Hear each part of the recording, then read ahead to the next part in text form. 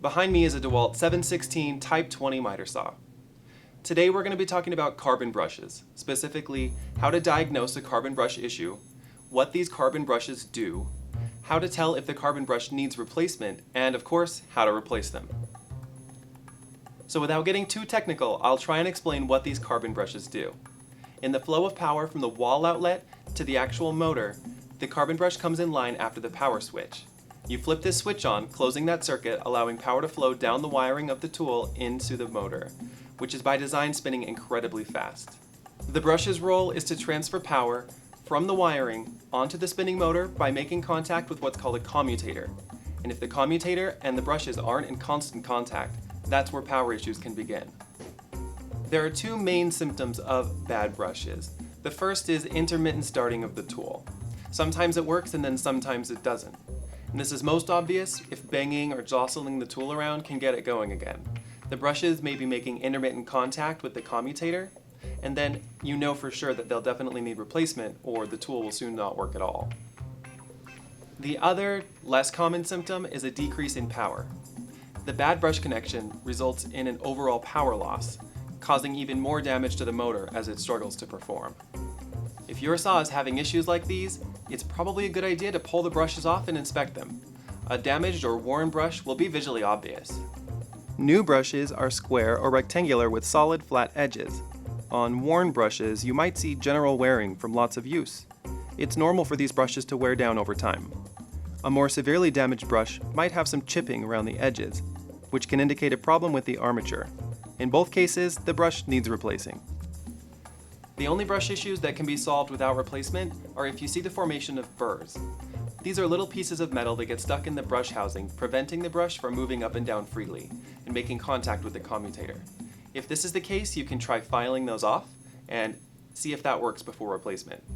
Right now I'm working on a DW716 Type 20 miter saw. There are literally dozens of 700 series DeWalt miter saws, and the process for replacing the brushes will be similar for all of them, but the parts required will vary. So you should verify which type and model number you have on top of the motor housing right here. To find parts for your particular saw, visit us at mmtoolparts.com, where we stock thousands of parts like these to keep your tools running like new. Now, let's talk about what tools we'll need to get into the brushes. DeWalt has made this a fairly simple procedure. We're just going to use a T20 Torx bit to pull these two screws off the motor housing, and the brushes are located underneath.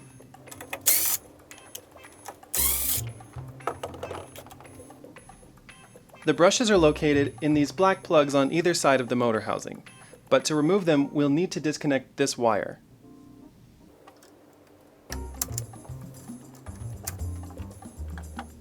The brush is located behind this plug here, so we'll use a flathead screwdriver to pull the plug and then just pull the brush out.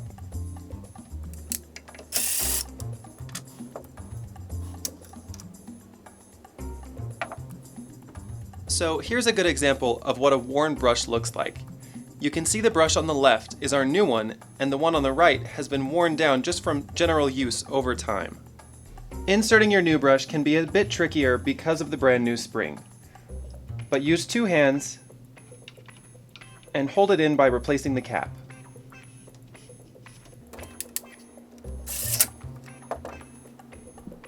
Repeat this process on both sides and then replace your motor end cap.